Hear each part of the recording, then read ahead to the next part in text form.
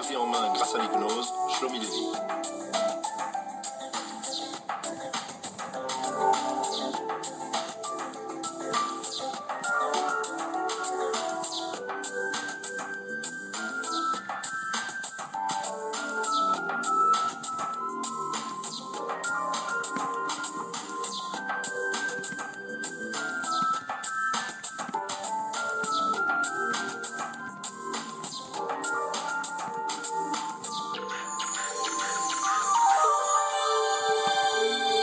Bonjour et bienvenue dans votre émission Je prends ma vie en main grâce à l'hypnose sur IDFM 98.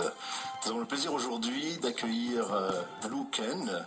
Lou, bonjour. Eh bien, bonjour Shlomi. Et merci beaucoup d'être avec nous aujourd'hui. Alors Lou, je vais faire une brève présentation de ce que tu fais, de ce que tu es. Tu es en premier lieu un hypnothérapeute.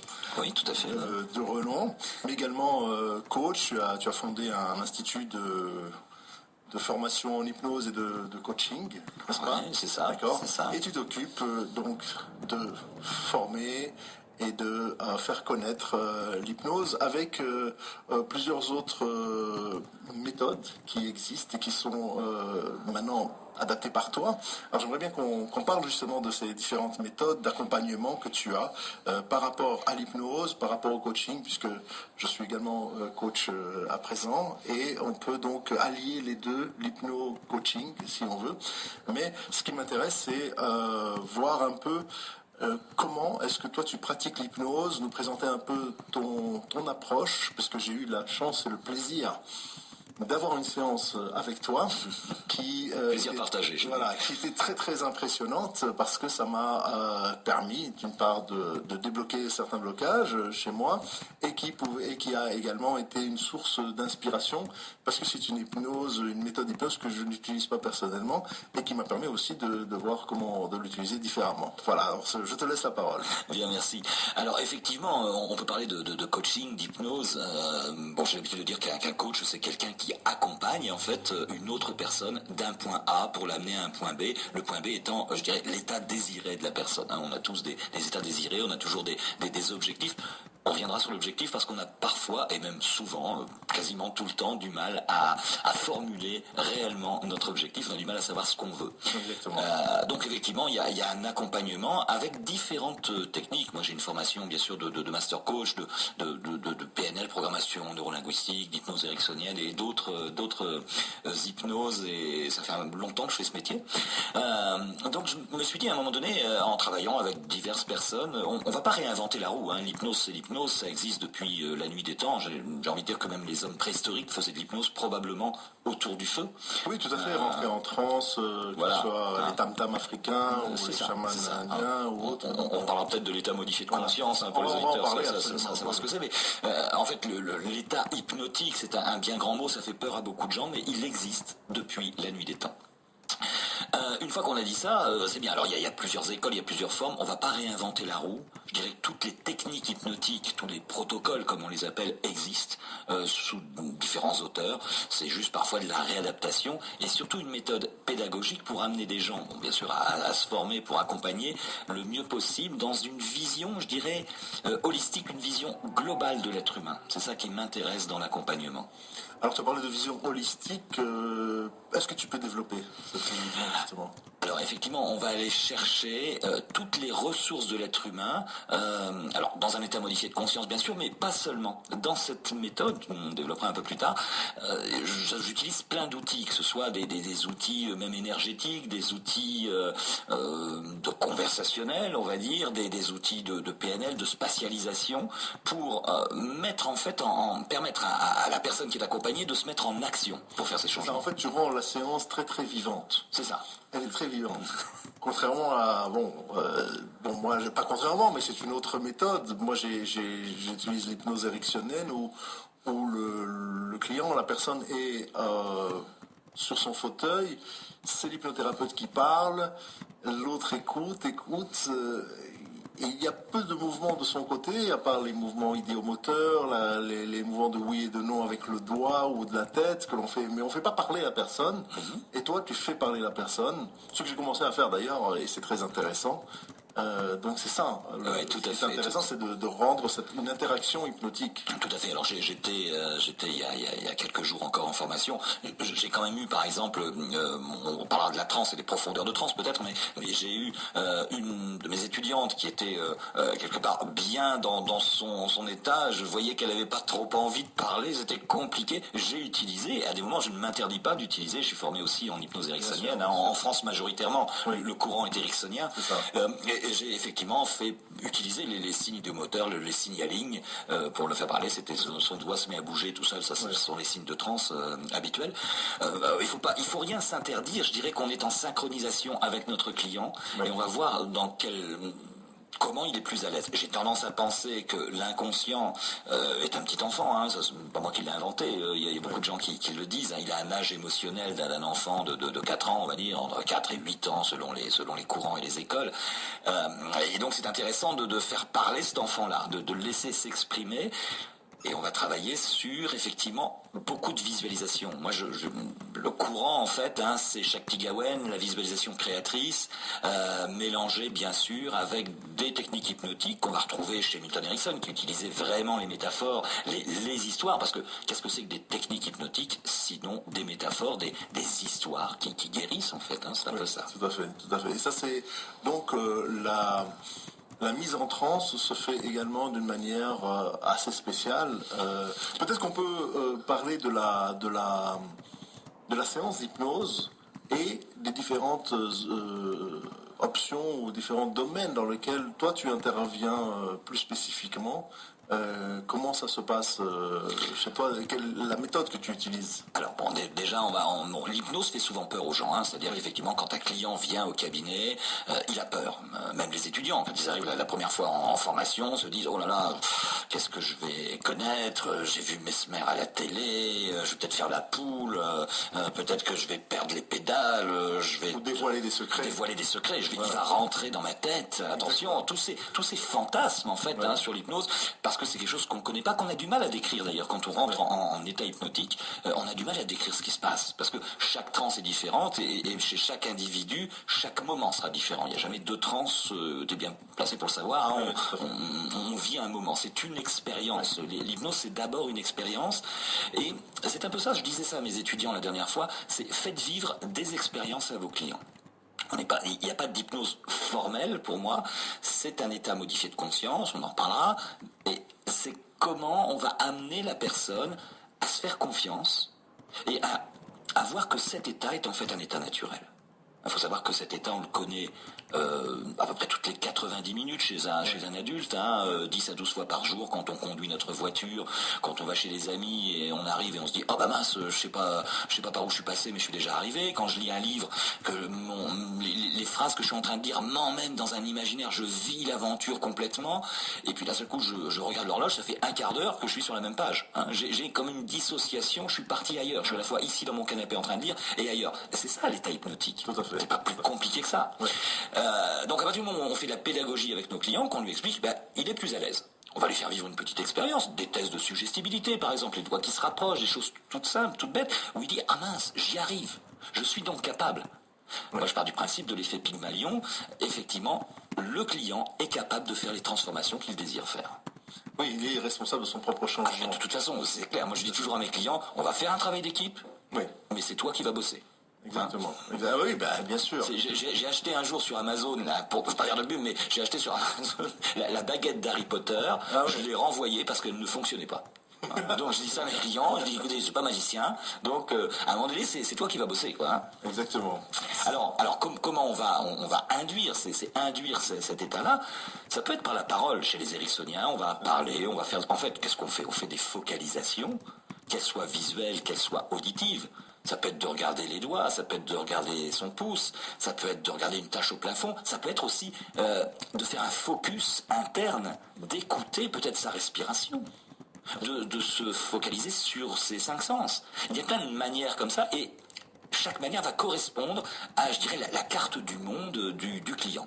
Une fois qu'on a écouté son client, dans ce qu'on appelle l'anamnèse, qu'on a appris à le connaître, eh bien effectivement, on va pouvoir le mettre en transe, induire cette transe. Ensuite va se passer une petite période d'approfondissement pour qu'il soit juste au niveau convenu pour faire les transformations qu'il souhaite. Puis on va lui dire ça, hein, c'est une conversation.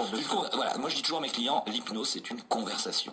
Oui. C'est comme une conversation entre deux amis. Là, je te dis, on est en train de discuter. Oui. On doit avoir parfois des moments de dissociation. On est un peu ailleurs. On a l'œil un peu plus fixe. Oui. On est parti. Et puis c'est ça un état hypnotique. C'est pas plus compliqué que ça. On n'a pas besoin d'avoir des... Alors on appelle ça une transe, on viendra sur ce terme-là, mais on a besoin d'avoir une transe hypnotique profonde pour faire des transformations dans des accompagnements type coaching ou des transformations émotionnelles. Je ne suis pas partisan, moi, de transe extrêmement profonde parce que je ne vais pas faire de chirurgie. Je ne peux. Alors, il y a deux courants, il y a des gens qui disent qu'il faut des transes profondes sans transformation, sinon ça ne marche pas. Je ne suis pas de ce courant-là, je l'assume. Moi, je travaille sur des transes plutôt légères et c'est pour ça que la personne peut parler. Parce que sinon, la parole, ça fait on ne peut pas parler. Donc, il faut libérer les cordes vocales et parler parce que j'aime bien savoir ce qui se passe. On va amener la personne dans une aventure, il va raconter et il va faire des transformations dans cette aventure. C'est une métaphore et il va agir sur cette métaphore. Et Erickson faisait exactement la même chose à des moments parce que Erickson faisait parler aussi les clients qui recevaient à certains moments.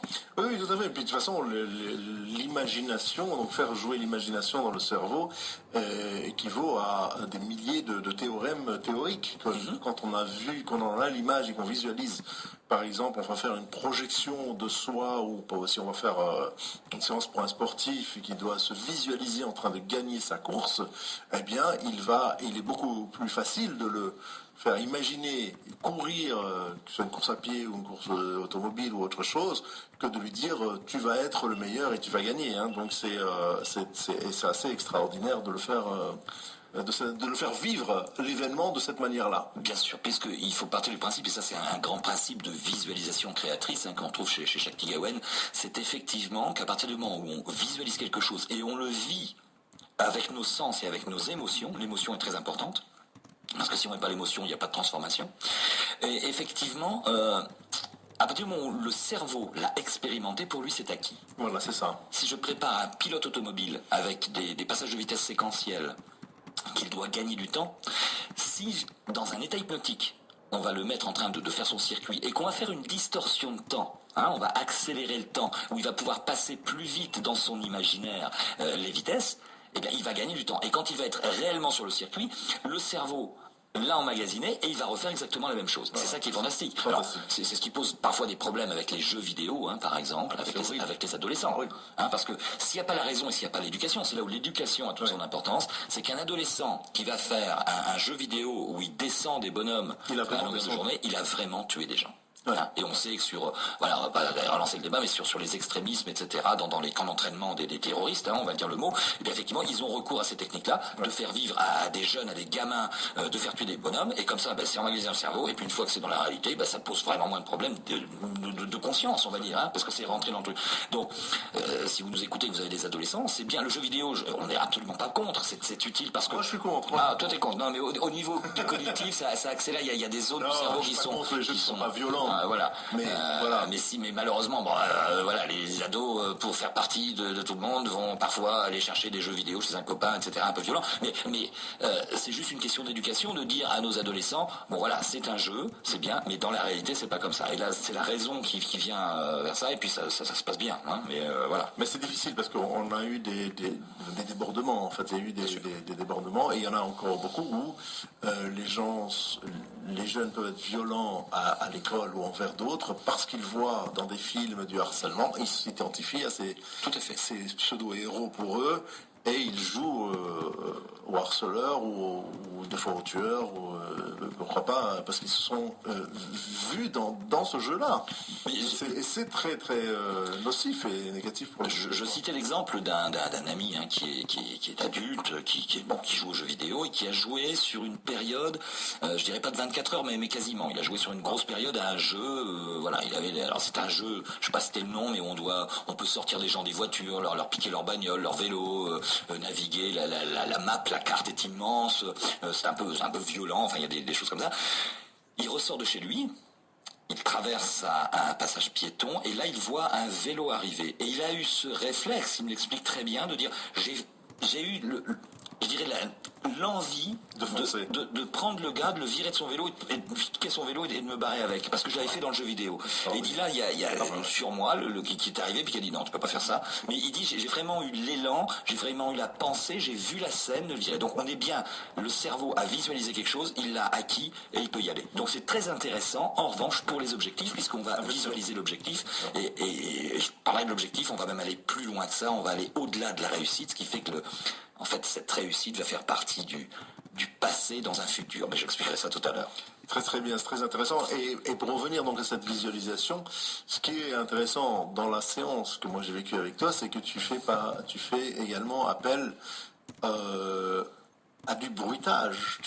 Tu vas rendre la scène tellement vivante qu'on va entendre et on va avoir le toucher aussi de cette scène, et ça c'est fantastique. Oui, c'est extraordinaire. On va, pour moi, hein, émotionnellement, c'est important de faire vivre l'histoire dans laquelle on emmène le client qu'on accompagne, et de la faire vivre dans ce qu'on appelle le VACOG. Le VACOG, c'est le visuel, l'auditif, le kinesthésique, l'olfactif et le gustatif. Exactement. Qui sont nos 5 sens, et de faire vivre cette scène au maximum avec les 5 sens pour donner de l'émotion.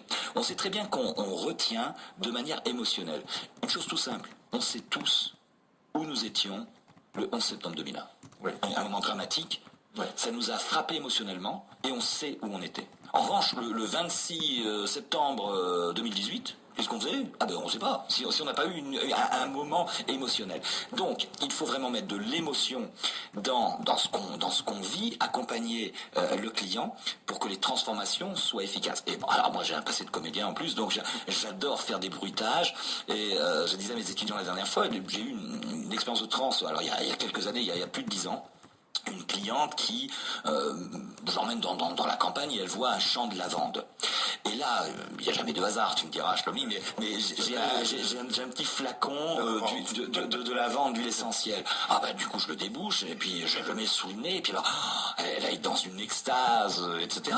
Je rebouche bien sûr et je planque un peu quand même. On est parfois un peu, je dirais pas manipulateur, mais il faut pas dévoiler les petits secrets pour que les transformations se fassent. Hein. C'est pas question de manipuler le client, mais c'est une question, si on lui dévoile ça, elle va moins croire aux choses et les transformations vont être moins puissantes. Je planque le truc, elle revient de transe, elle me dit Lou, c'était fantastique. Elle dit, écoute, j'étais mais vraiment, là, ça sentait la lavande, c'était extraordinaire. J'étais vraiment, effectivement, elle était dans une extase. Ouais. On va pouvoir utiliser les sons. Moi, je fais les sons à la bouche. Ouais. Alors après, j'ai des petits trucs, on peut faire un peu avec des petits instruments de musique, des tambours, des choses comme ça. On va travailler avec tout ça.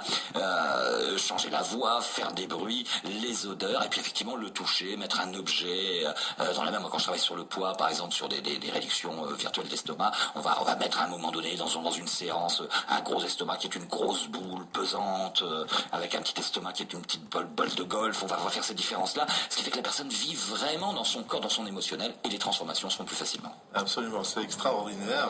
Et donc en fait c'est ce qui permet justement de faire travailler l'inconscient et le cœur de la personne. Moi j'ai tendance à mettre les deux ensemble, parce qu'il faut mettre son cœur et son inconscient dans la personne pour pouvoir arriver à cette transformation extraordinaire. C'est ça, c'est-à-dire que nous sommes, on va dire que dans la psyché humaine, hein, c'est que du concept, mais on va retrouver ça dans l'hypnose humaniste, notamment chez Olivier Lockert, par exemple, lui qui parle du moi jeune, du grand moi, et puis du moi rationnel, voilà.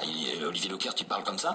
Et effectivement, c'est une vision de la psyché humaine qui est intéressante, de dire qu'on a plusieurs personnalités à l'intérieur de nous, et qu'effectivement de les réunir à un moment donné, que tout le monde soit d'accord pour les transformations, c'est intéressant. Alors il y a des techniques pour ça, hein, c'est ce qu'on apprend dans les formations, mais de mettre tout ça ensemble pour que la personne aille vraiment là où elle veut aller, à partir du moment où elle a su s'avouer ce qu'elle voulait. Et ça, c'est un autre débat. On parlera de l'objectif peut-être tout à l'heure, mais effectivement, il va falloir lui faire bien définir son objectif, parce que sans objectif, on n'arrive nulle part. Hein. C'est comme si on mettait un bateau sur l'océan sans gouvernail, sans carte. Bon, il va nulle part. Il va se laisser balloter par les flots. Mais il va peut-être arriver dans un port un peu sympa, mais il peut arriver dans un endroit complètement délabré, et puis il va rester coincé là. Voilà, c'est très bien. On va en parler justement, on va faire une petite pause musicale et On revient tout de suite.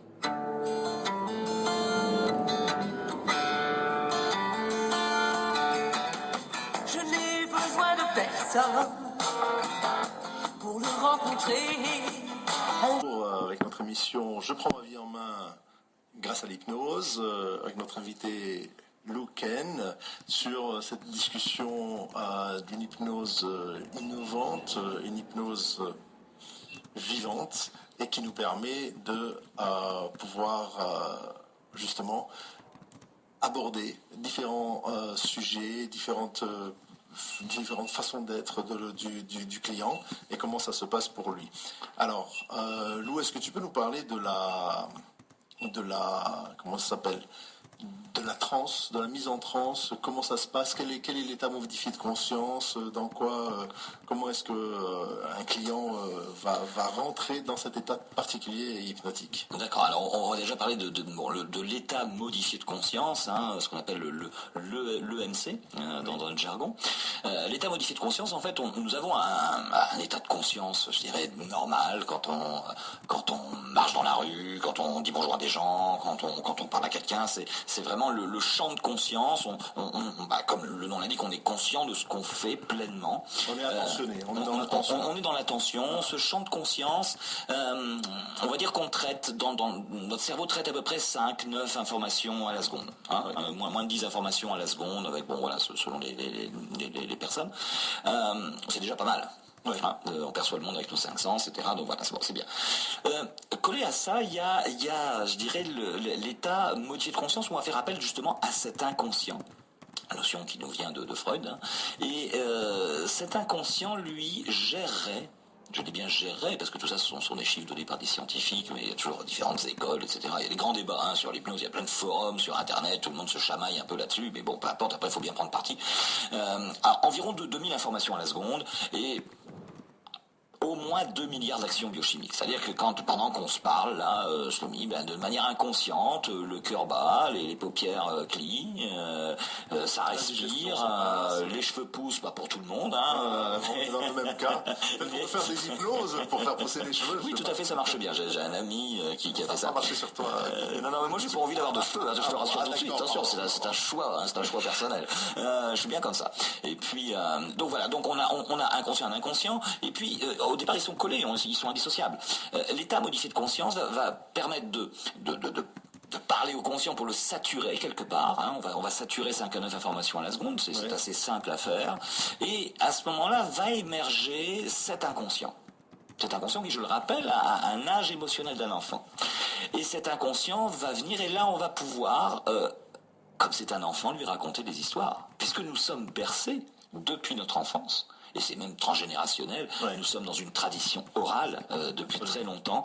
Nous aimons les histoires au coin du feu, nous aimons nous raconter des histoires, et dès qu'on entend une histoire, c'est cet enfant à l'intérieur qui se réveille et il écoute attentivement. Et c'est pour ça qu'on va utiliser, et qu'Erickson utilisait, Milton Erickson, un psychiatre américain qui a donné ses lettres de noblesse à l'hypnose moderne, c'est pour ça qu'Erickson adorait raconter des histoires, et qu'il s'est rendu compte qu'il y avait des transformations extraordinaires en racontant des histoires, puisque ça pénètre le champ inconscient, le rationnel. Là, il se balade ailleurs, il est un peu loin, il dit c'est pas intéressant leur truc, etc. On va contourner ce qu'on appelle un facteur critique qui empêche, on est protégé, notre conscient nous protège pour pas qu'on rentre quelque part en état hypnotique tout le temps. Donc on va contourner ce facteur critique par divers moyens, par justement les expériences, j'en parlais tout à l'heure, par des focalisations, par des petits jeux, etc. Et puis l'inconscient là va pouvoir remonter. Le conscient, ça y est, il laisse tomber. Je dis bon, c'est bon. Et puis l'inconscient dit on me raconte une histoire, c'est génial. C'est ça l'état modifié de conscience. Ça, c'est une dissociation entre le conscient et l'inconscient. Pourquoi ça s'appelle une transe? Une transe hypnotique, c'est un bien grand mot qui fait peur à plein de gens. Moi, j'ai l'habitude de dire que trans, ça vient de transfert, transport entre le conscient et l'inconscient. Parfois, transformation aussi. Le conscient vient de temps en temps, il revient voir un peu, jeter un œil si tout va bien, hop, il s'en va, etc. On a parfois, au cours d'une transe, on se dit, tiens, j'étais un peu plus présent, un peu moins présent. Il y a des signes de transe, on va voir qu'il y a des modifications, notamment des couleurs du visage. Souvent, les membres sont beaucoup plus lourds. Hein, parce que, pourquoi? Peut-être qu'il y a moins d'afflux sanguin dans les membres, puisque le cerveau est hyper mobilisé. J'ai l'habitude de dire qu'on ne dort pas, même si hypnose, en grec, dieu du sommeil, ça veut dire le sommeil, on ne dort pas en hypnose, c'est un état d'hypervigilance. C'est-à-dire que le cerveau est vraiment là, mobilisé complètement pour faire les transformations, mais peut-être qu'il y a moins d'afflux sanguin, donc on a parfois des fourmillements dans les mains, dans les pieds, on est plus las, mais puis ça fonctionne à fond au niveau du cerveau. Donc voilà, on a un état modifié de conscience.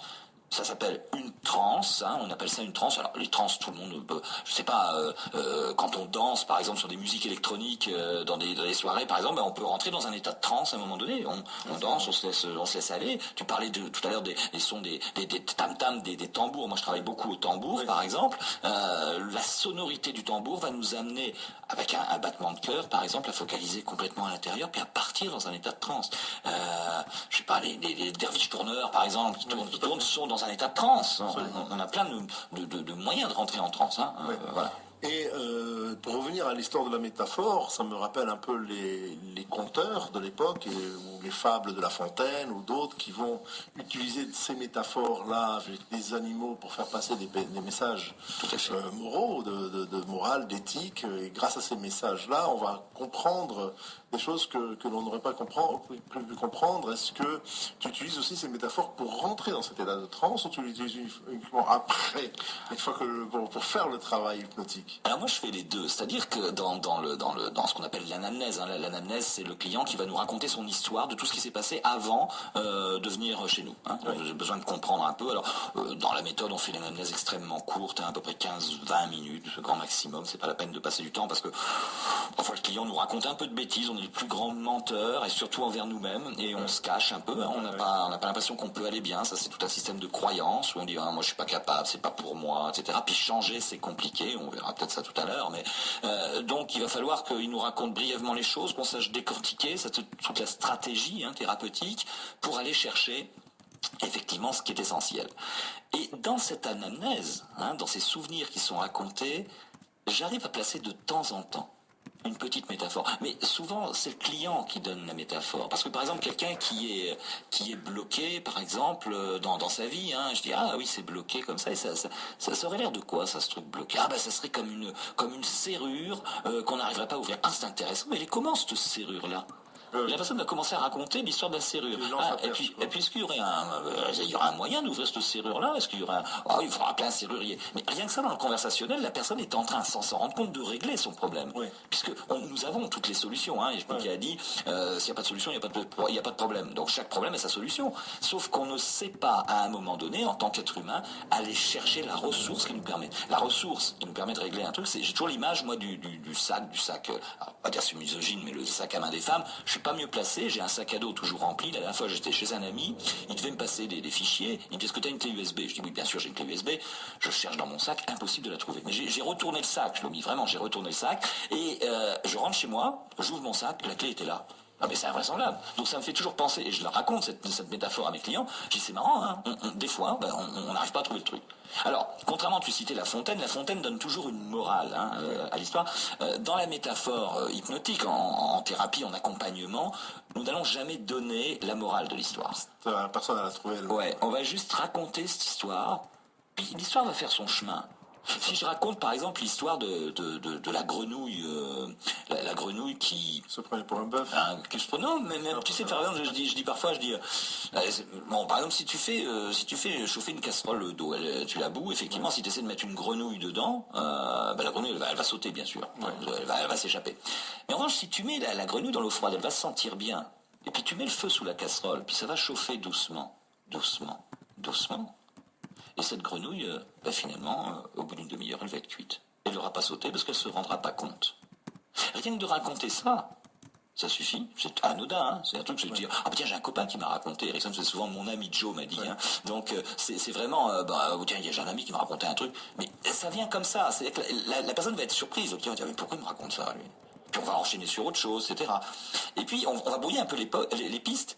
Mais à un moment donné, ça va lui faire penser à quoi? Peut-être que moi, effectivement, je suis en train de m'endormir, là, dans ma petite zone de confort, j'arrive pas à bouger, puis ça me tue à petit feu, ce truc-là. Il va peut-être falloir que je me mette à sauter pour sortir de cette eau qui est en train de la casserole, là, de cette eau qui est en train de bouillir sans que je m'en rende compte. C'est juste ça. C'est une petite métaphore qu'on va pouvoir raconter comme ça. On peut la raconter en transe. Absolument. Oui, tout à fait. Il y en a plein avec des gestuels, avec des ancrages. L'ancrage qui est sur la programmation neurolinguistique, l'ancrage qui est un stimulus externe qui va faire appel à un état interne. On va amener tout ça. Donc, c'est vraiment d'amener la personne à connaître cet état modifié de conscience qui s'appelle une transe, parce que c'est dans cet état modifié de conscience que l'inconscient, ce petit enfant en fait écoute les histoires et va pouvoir faire les transformations finalement. Voilà, c'est ça. Et donc dans ces transformations, quelle est ta méthode pour arriver à transformer l'inconscient, à lui faire passer le cap pour comprendre qu'il doit reprogrammer son programme, télécharger un nouveau programme pour pouvoir débloquer la personne, pour pouvoir lui enlever sa phobie, pour pouvoir... voilà, c'est intéressant d'en parler ici. Bien sûr. J'ai par exemple une cliente qui n'est pas sortie de chez elle depuis... Voilà, elle a 47 ans aujourd'hui, elle n'est pas sortie de chez elle depuis une trentaine d'années.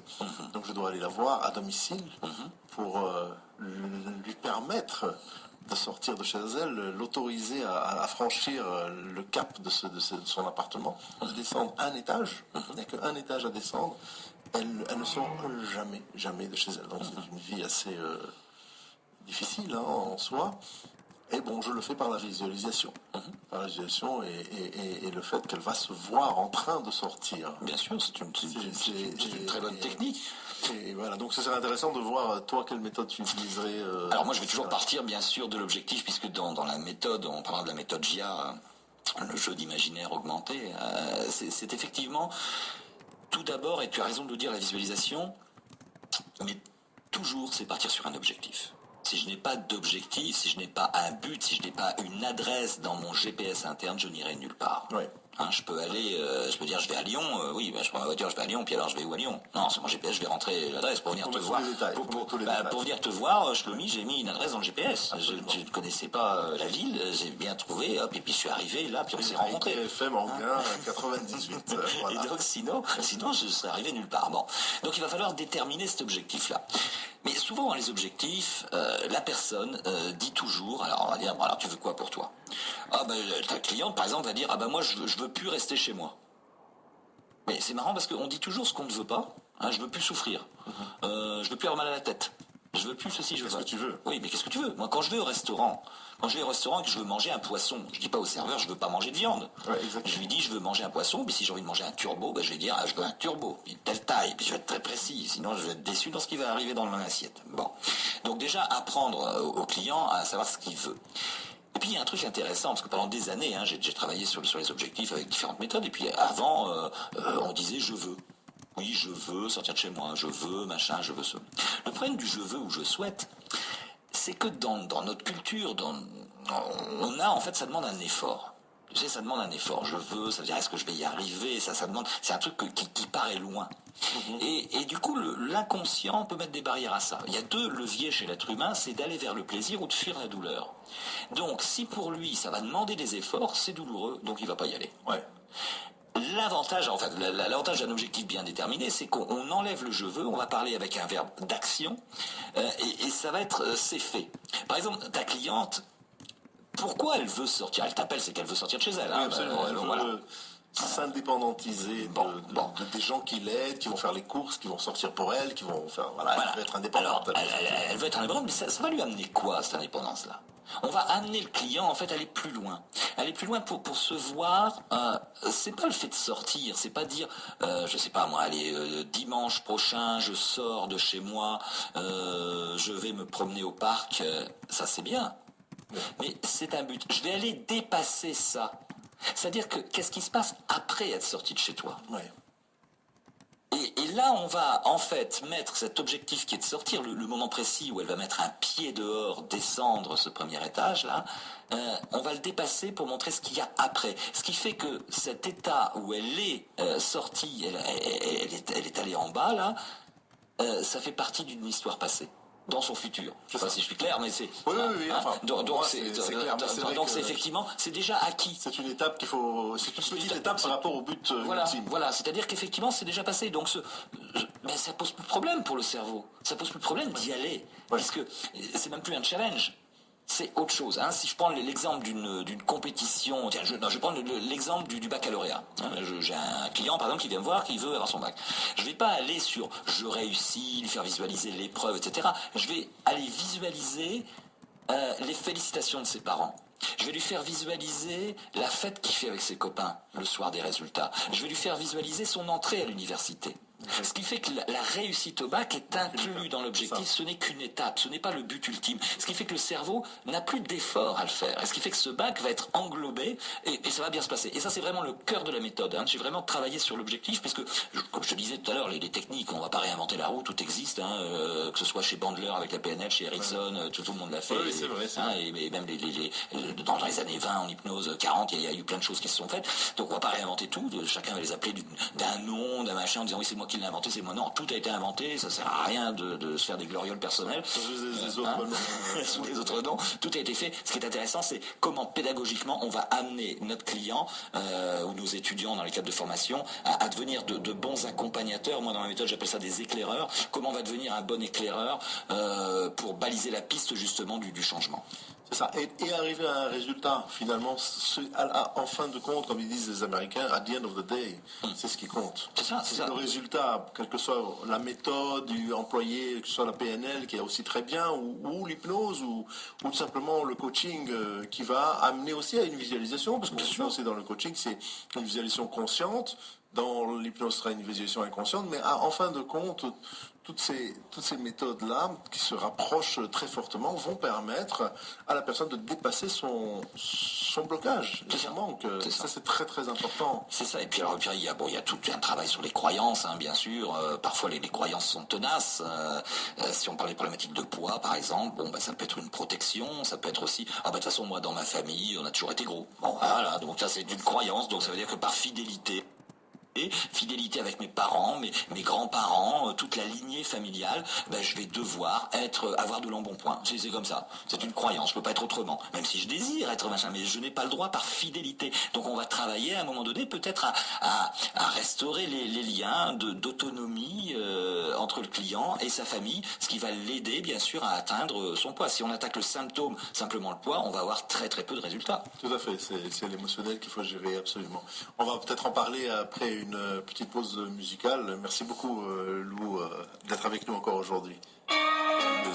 OONYCOACH ou mycoach.com. Vous pouvez me trouver facilement. Puis Louken, si vous regardez un peu sur les réseaux sociaux, vous allez me trouver très facilement. Voilà. Louken, c'est Louken. Voilà, ça me fait bien. Et je rappelle donc également aux auditeurs de la région d'Anguin-les-Bains qui peuvent également me trouver sur Anguin et sur la région. J'ai également un cabinet à Issy-les-Moulineaux ou à Anguin pour des séances d'hypnose ou de coaching sur mon site web lèvehypnose.xyz. Nous sommes présents tous les 2e et 4e mercredis de chaque mois sur Radio Anguin, IDFM 98. Je remercie Quentin à la technique. Merci beaucoup et à très bientôt. Merci.